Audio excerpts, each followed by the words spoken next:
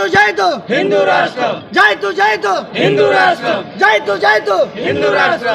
नमस्कार, मी शरद माळी, तुम्ही बघत आहात राष्ट्रहित न्यूज। आज मी गोवा येथे रामनाथ येथे आहे। इथं वैश्विक हिंदू राष्ट्र महोत्सव भरलेला आहे। यासाठी आपल्या भागामध्ये इथं वैश्विक हिंदू राष्ट्र महोत्सवमध्ये देशातल्या कानाकोपऱ्यामधून अनेक हिंदू बांधव आले आहेत।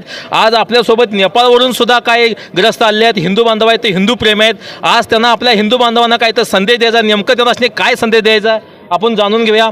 आप सभी हिंदू भाइयों के लिए क्या संदेश देंगे आप, थोड़ा हमारे चैनल के माध्यम से बताइए। देखिए, जो राजनीति है, राजनीति बांटता है, सीमाओं में बांटता है। तो आप भारतीय है, मैं नेपाली हूँ, मगर हिंदुत्व तो बांटता नहीं, हिंदुत्व जोड़ता है, धर्म जोड़ने का काम करता है।